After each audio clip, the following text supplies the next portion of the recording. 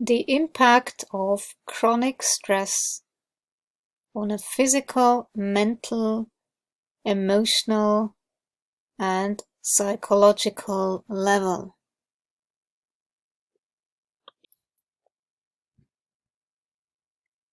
So, I just got this email today from Holistic Health by Cynthia Perkins, and she writes again about chronic stress and how toxic it is for the body. Stress is chronic when it occurs consistently for a prolonged period of time and has many profound negative effects on your physical, emotional, and spiritual health. As a matter of fact, it is a leading underlying cause or exacerbating element for most, if not all, medical and psychological disorders. Chronic stress is the result of the body remaining in fight or flight on a frequent or continuous basis. I would say the freeze response is just as bad, and it will lead to fibromyalgia or chronic fatigue, for example. So we should not forget about the freeze response, which is the opposite.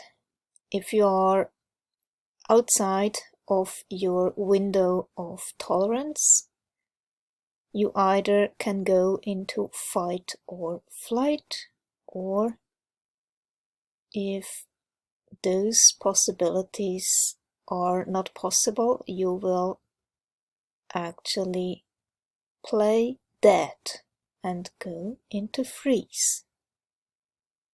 And that possibly is even worse, because the prolonged freeze response will lead to your body basically shutting down.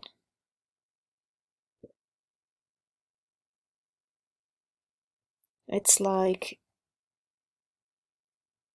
a dimmer on a light switch.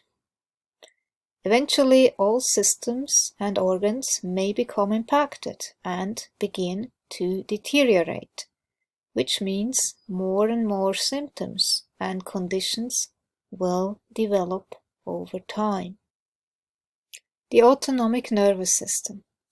There are two parts in our autonomic nervous system which resides in the brain, brainstem and spinal cord, and is the area of the body that is responsible for stress, as well as all other involuntary functions like breathing, heart rate, blood pressure, circulation, digestion, bladder and bowel movements.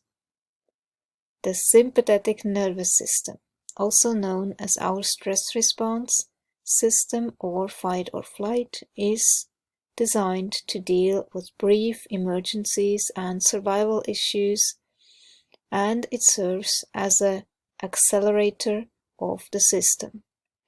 The sympathetic nervous system is activated anytime we experience stress. The fight-flight system or stress response system originated millions of years ago to protect our ancestors from predators. For example, a big wild animal would come along. The body would go into stress response mode to deal with the situation. The wild animal would pass, or the individual would escape the beast, and then the stress response system would turn off. When the stress response system is activated, fear and anxiety pervade, heart rate goes up, blood glucose increases, digestion is shut down. Very important. So, again, if you are stressed, you will not digest well. So regardless how healthy you eat, if you are in a stress state, your body will not properly digest. Okay? That's why this is so important that you sit down to eat, breathe properly, and don't get stressed while eating. So, very few people are aware of that. Immune function and circulation are downregulated. Blood pressure rises. The detoxification system is impaired. Okay? Another very big issue. So, if you're stressed, you don't digest well, and your detoxification system is impaired. Get it? Sleep is disrupted. Neurotransmitters get drained from excessive demand. Hormone production and function is disrupted. Our sense of smell, taste, and sound are heightened. Pupils are dilated. Cognitive functions are impaired. So don't expect any clear thinking from a very stressed person. It doesn't happen. And they can be very irrational in the state of mind. Okay? And we are less fertile. All of our resources are directed towards handling the emergency situation at hand, and anything that is not absolutely essential for survival at that moment will be down-regulated to conserve energy. That's the classic cell danger response that is talked about by Dr. Robert Naviaux, and if this is chronic, it's bad for your health.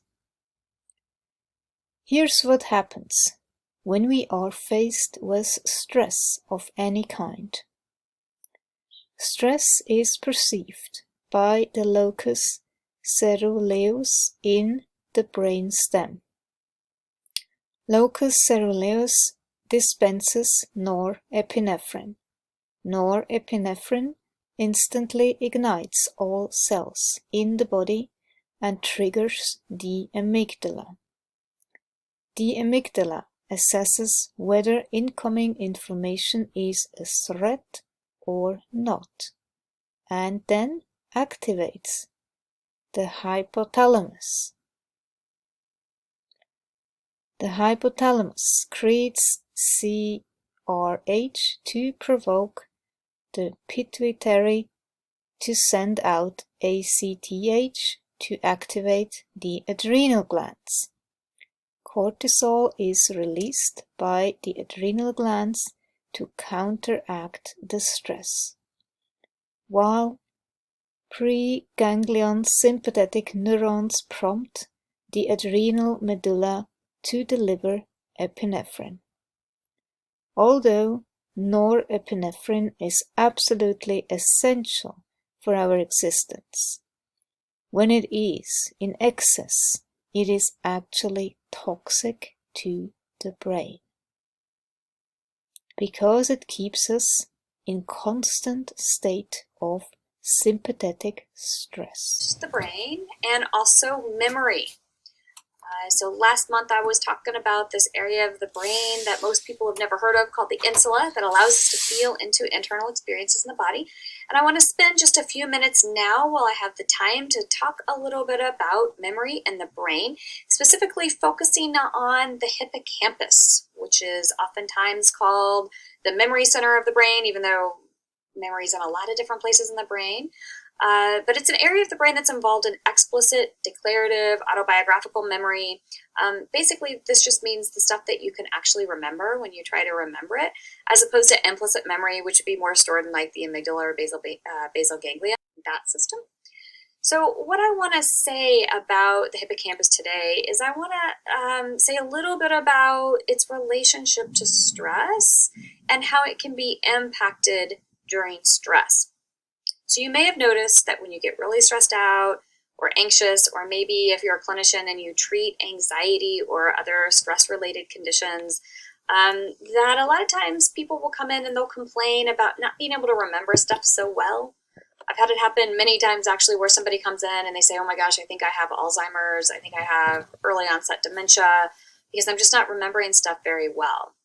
Now, the upside to that, the silver lining here is that if it is something like Alzheimer's, then you probably don't realize it is. It's probably people around you are noticing some of the impairments that are happening, but you probably don't notice them yourself. So usually I tell folks if you're actually noticing this, then it's probably not that, but it might be something else going on. And usually right away I'm thinking about some sort of stressor-related disorder or maybe an anxiety disorder. So here in a nutshell is what is happening in the hippocampus when you get stressed. So the hippocampus is this little area of the brain. It's actually pretty deep in the brain. The amygdala, which is thought to be like that fear center, that center of the brain that detects danger, it's actually fairly close to that. It's a limbic structure, which means it's part of that limbic system or the emotional brain. And the way it works is that it consults oftentimes with the amygdala to determine whether or not something is dangerous based on past experience.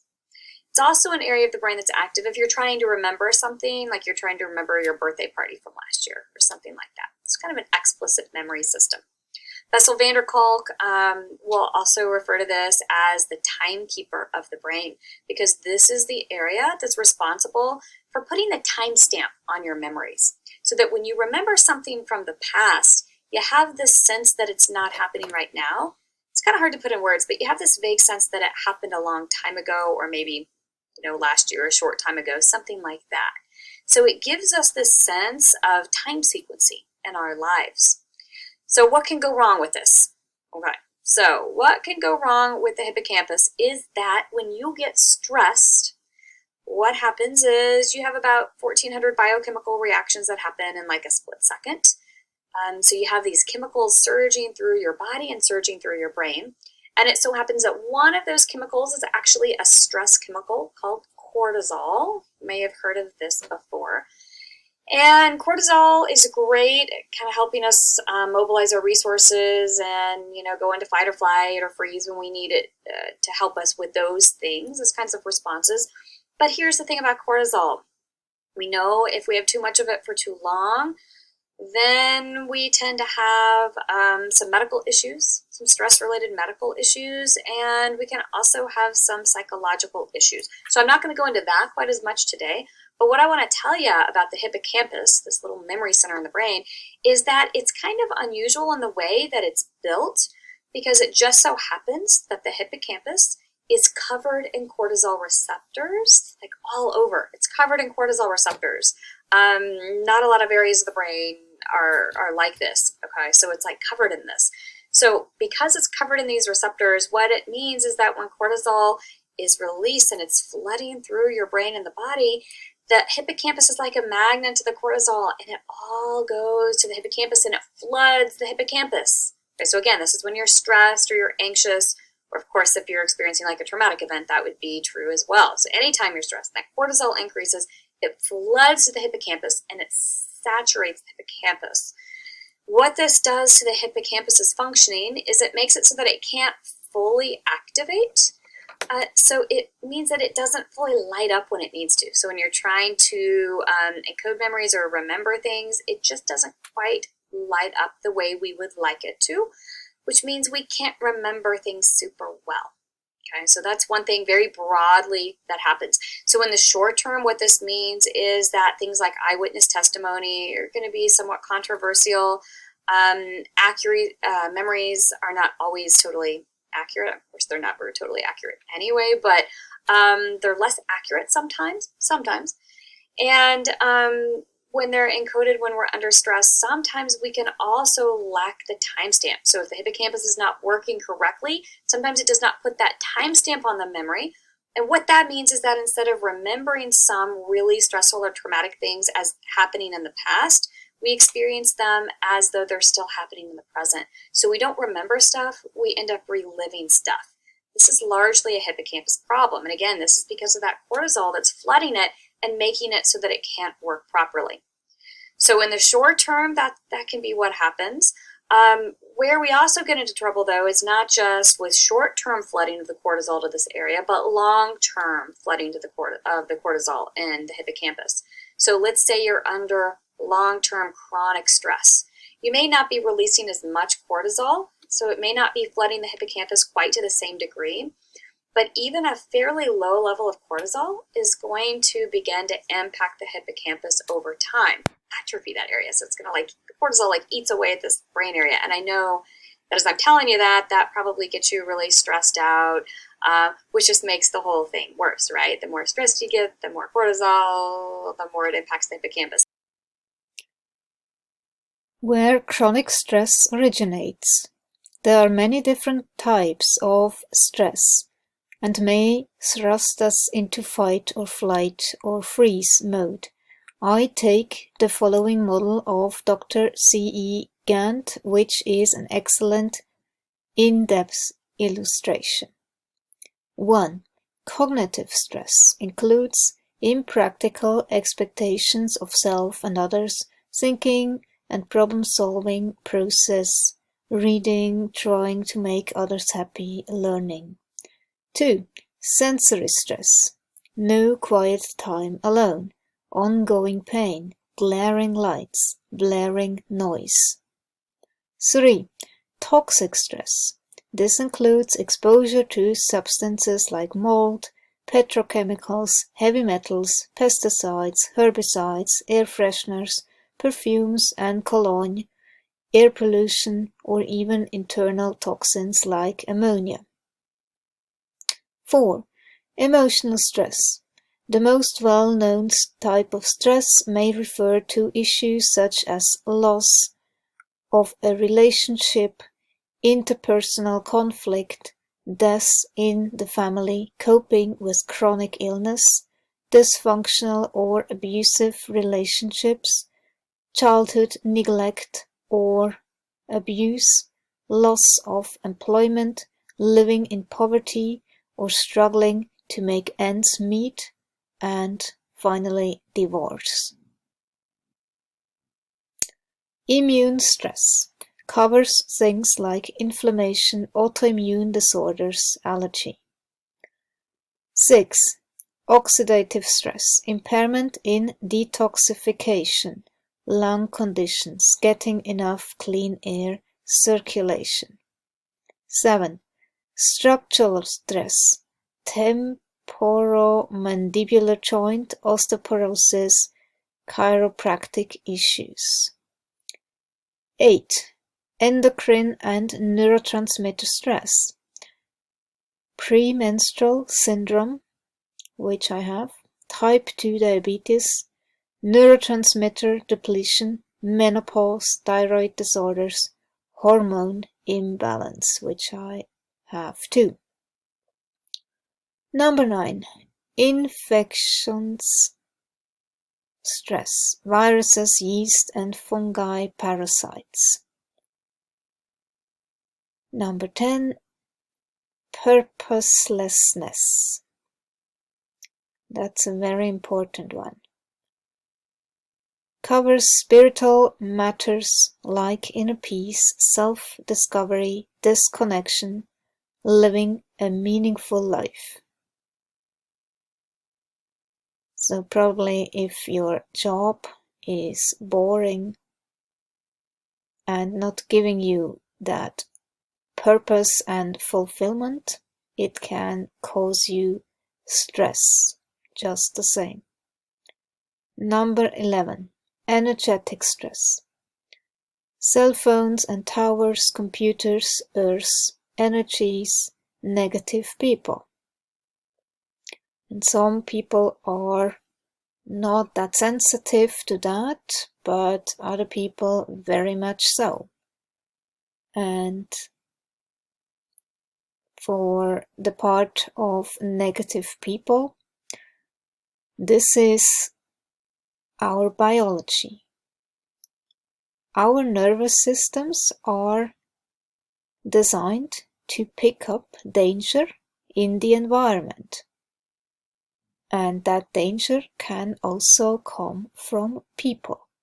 So if our nervous system will pick up some vibe which is invisible, but nonetheless for our nervous system it will trigger a stress response.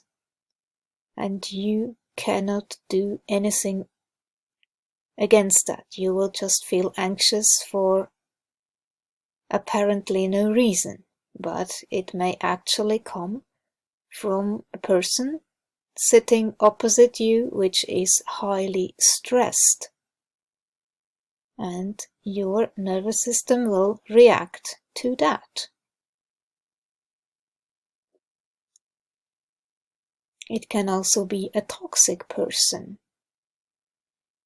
somebody abusing you. So that will be stress to your nervous system and a threat. Number 12, metabolic stress. Nutrient status, body pH, syndrome, X, glucose issues. And I think if your nervous system is already stressed, you don't digest well. You don't get enough nutrients. And metabolic stress can arise from that. The added combination of any of the stressors in this list that may apply to your situation is what Dr. Grant calls the body's total stress load.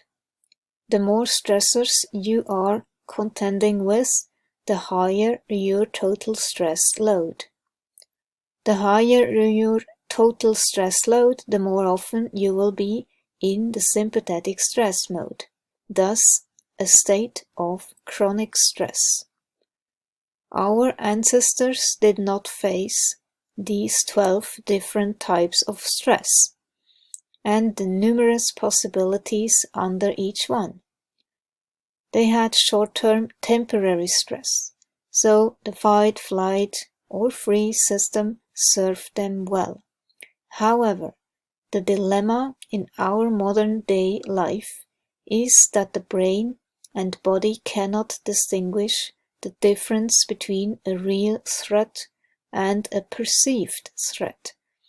All types of stress are perceived by the brain as a wild animal that is a threat to our survival.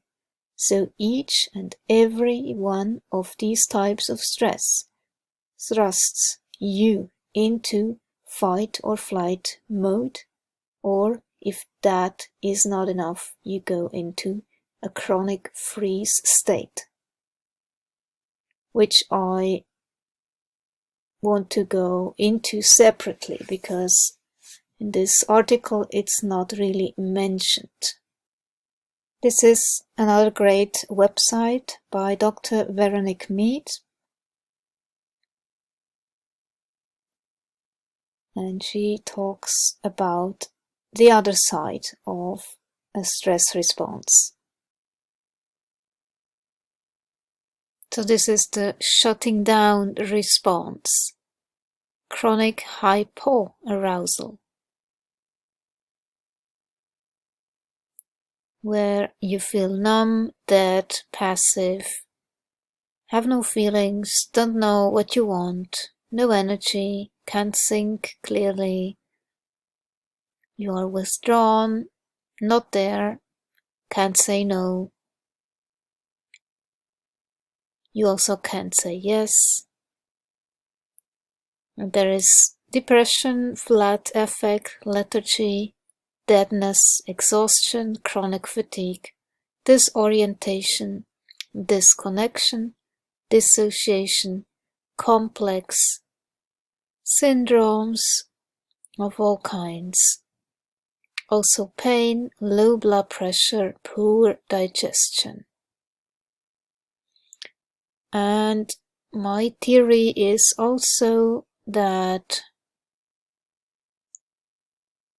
for autism it may switch into a catatonic state or shutdown. So then you have another side of atypical autism when it is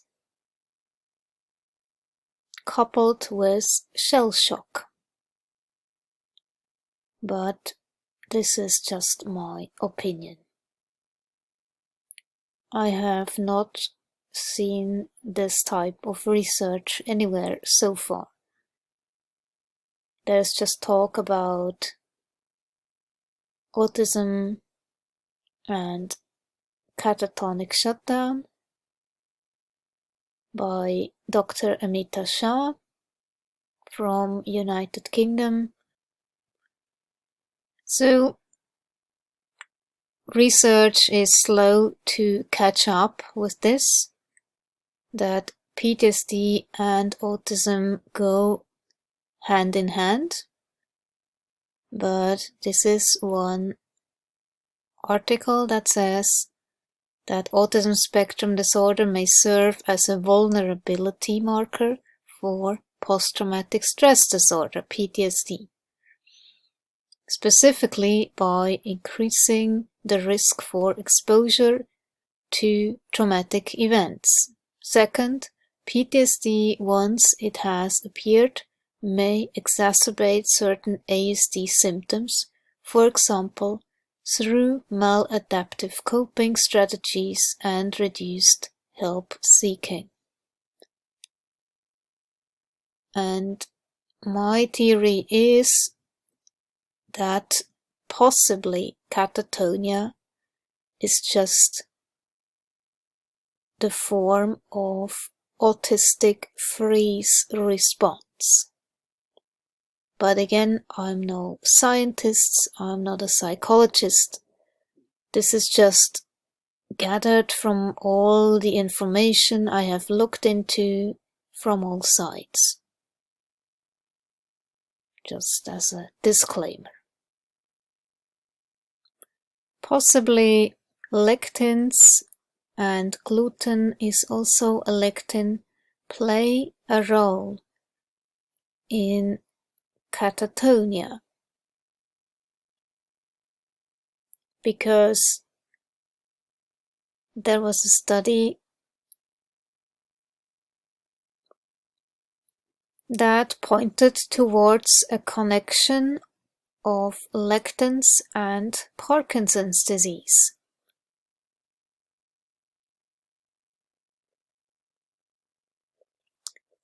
Symptoms of lectin sensitivity include fatigue, especially after eating.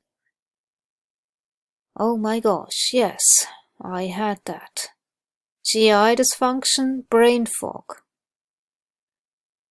inflammation and joint pain.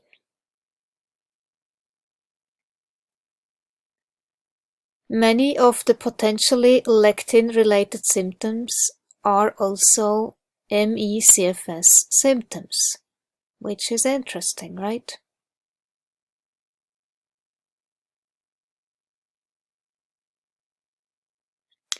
And especially the plant lectins showed to be more problematic in studies.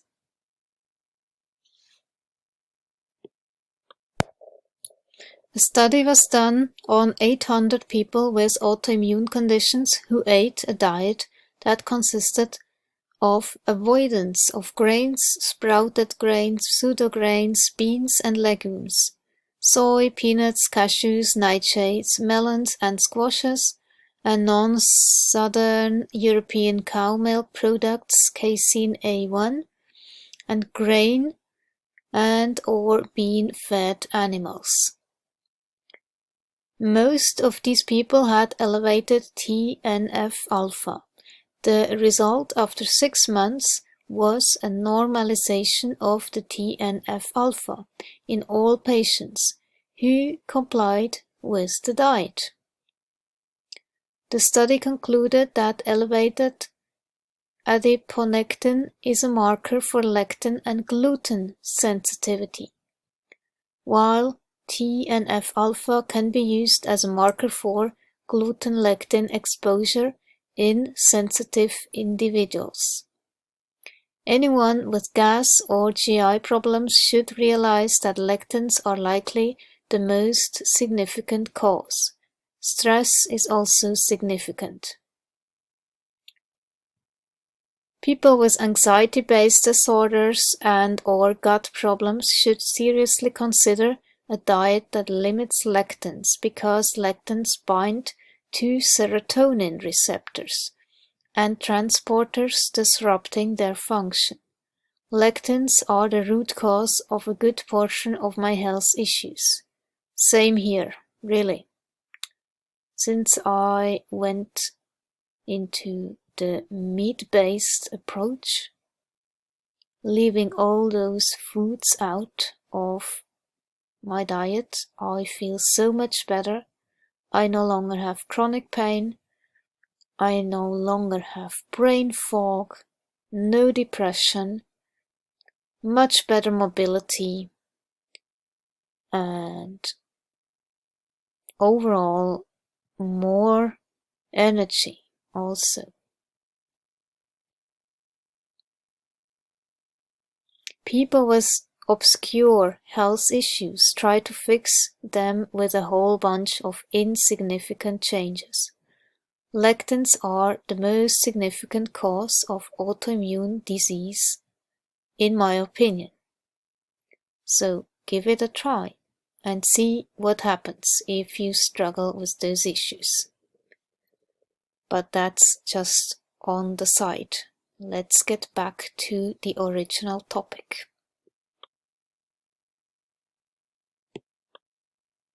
If you are familiar with the spoon theory, so originally this didn't come from the autistic community, but I would say autistics very much have a lesser amount of spoons. So basically everyone has a certain amount of spoons at their disposal. Some people are able to achieve a lot because they have the energy necessary for the task. And then there are autistics or people with chronic illness or other disabilities, and they have far fewer spoons than the average human. And here the author of this article writes that, yes, for autistics, when you have to mask your autism and pretend to be somebody else just to be accepted by society, it will take a lot of energy to do that, and you will feel exhausted. And if you do that on a chronic level all the time, so of course you will not have a lot of energy left to do other things. It will cost you. And this is a thing that autistics struggle with. And imagine if there is trauma also on top of that. At some point you will be exhausted, and it could become chronic fatigue.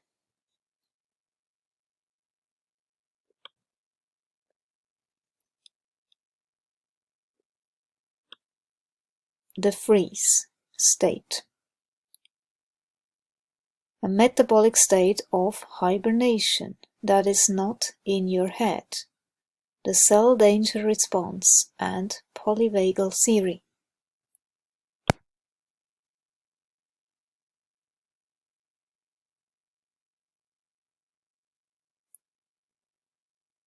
So you can have chronic fatigue syndrome as a result of this chronic freeze state. The science has finally arrived, showing how it's not psychological or all in your head.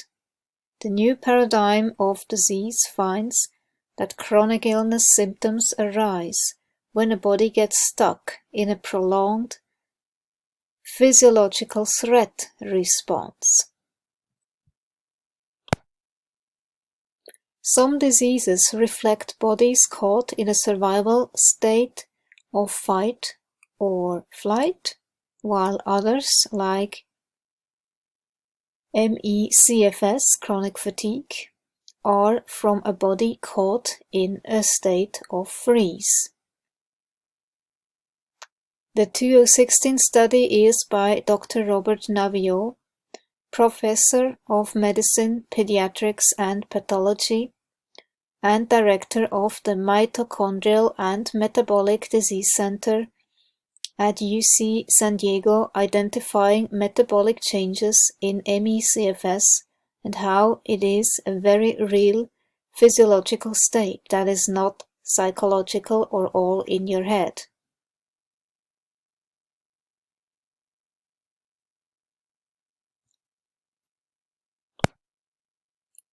Many healthcare professionals, family members, caregivers, and researchers believe MECFS is a psychological illness despite the data that show otherwise.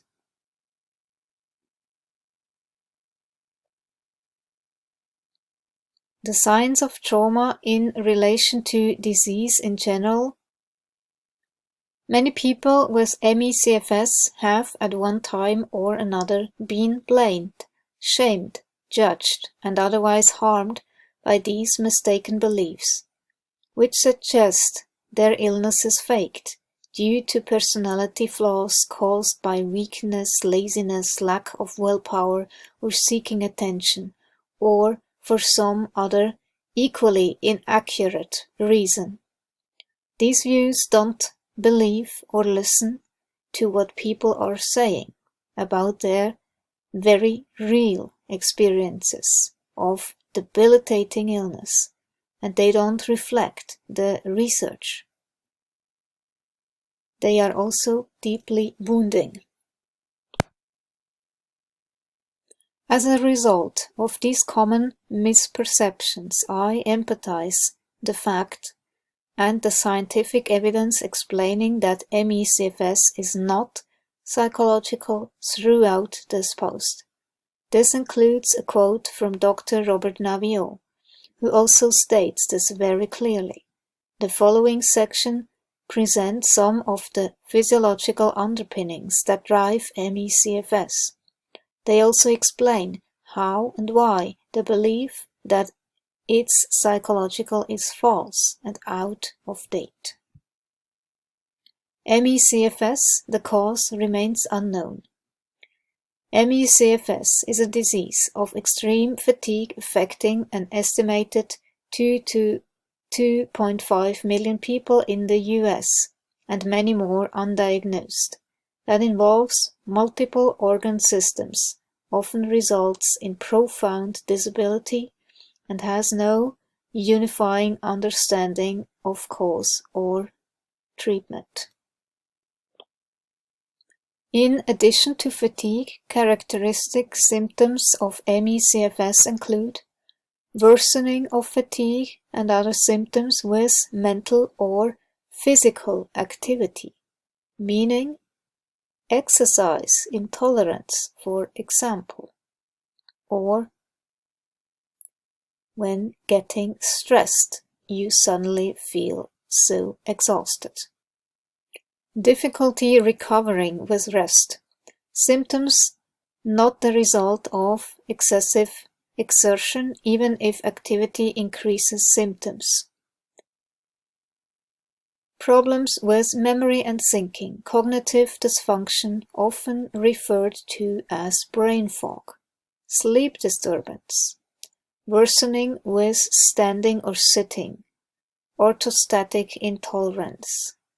Chronic or intermittent pain in joints, muscles, headaches, interstitial cystitis, irritable bowel syndrome, subnormal body temperatures and cold extremities, intolerance of extremes of hot or cold. I sure have that one. Summer heat is really torture for me. Sensitivities to foods, odors, chemicals, light, noise. I sure have that one too. So,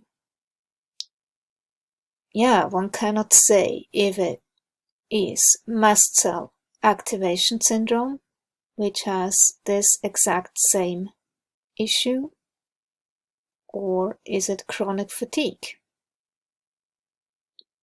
Or in the end, is it mitochondrial dysfunction? Although no diagnostic test yet exists for ME/CFS, abnormalities exist in the autonomic nervous system and immune and other organ systems. These include cerebral cytokine dysregulation, increased cytokines with increased severity or duration of ME/CFS, natural killer cell dysfunction, microbiome abnormalities, abnormalities in metabolism and metabolites, widespread inflammation in the brain, increased lactate in the brain, reduced brain blood flow and brain volume, small brain lesions, Th1-Th2 imbalance. A subset of people with ME/CFS have slightly low cortisol levels.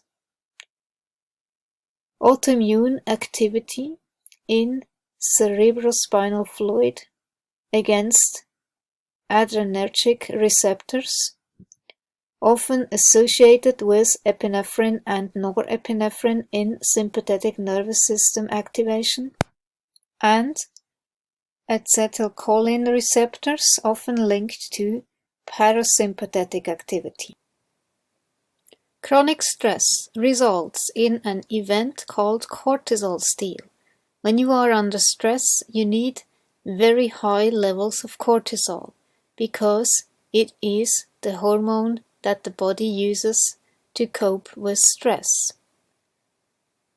The precursors that are needed to make cortisol are also the precursors that are needed to make all other hormones.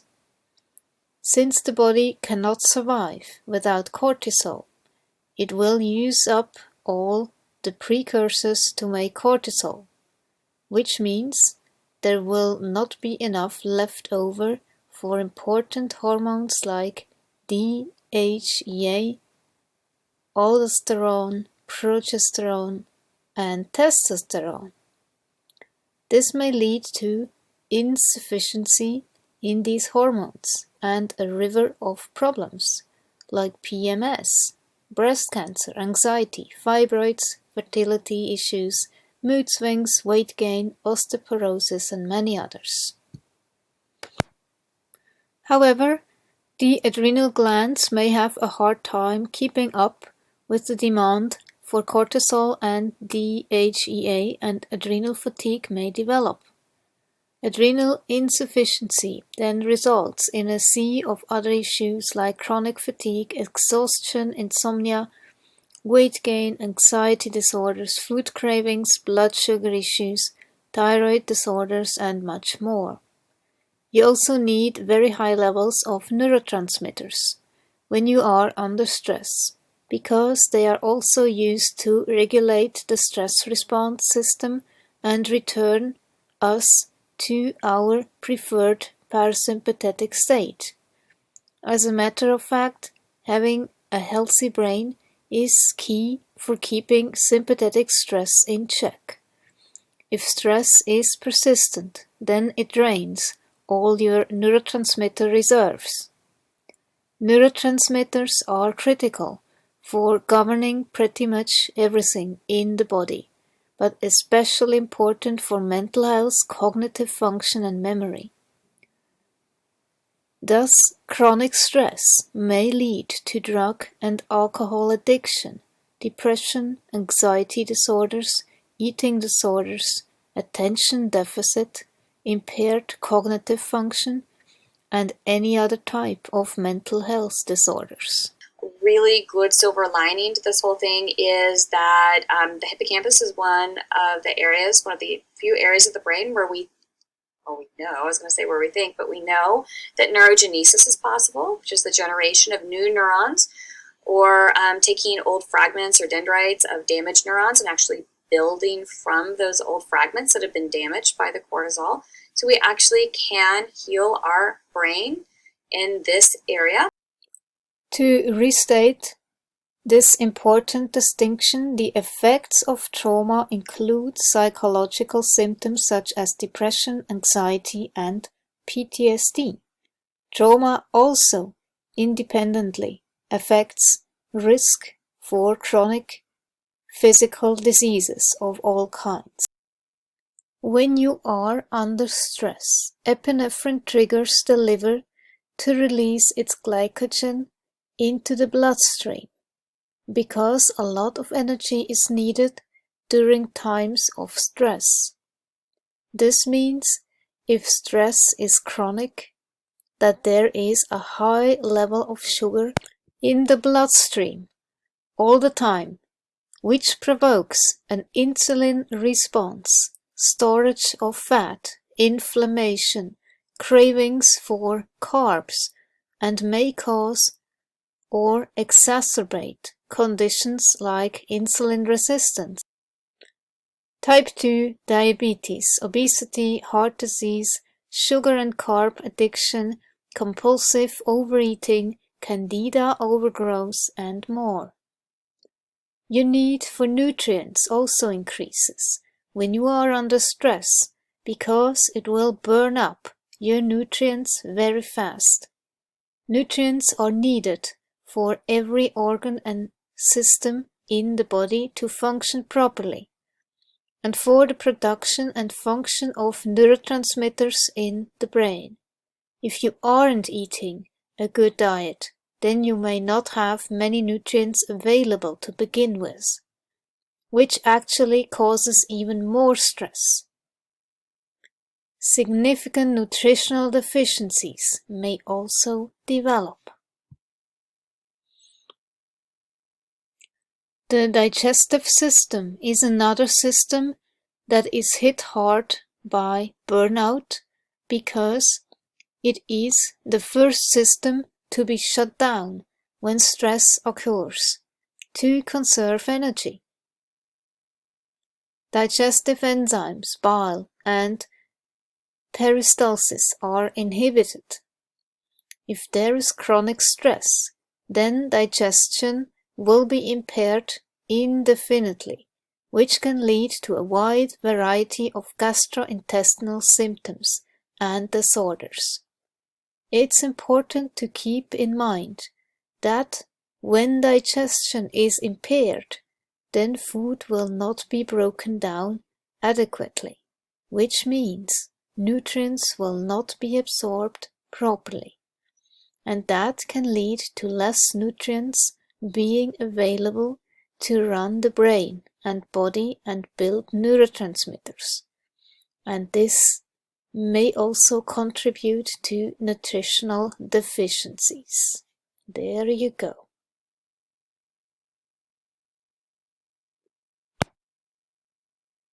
On the spiritual level, it is easy to see how the effects of burnout can impede your ability to experience inner peace, a fulfilling life, and reach higher levels of consciousness, engage in self-discovery, or achieve your fullest potential as a man or woman.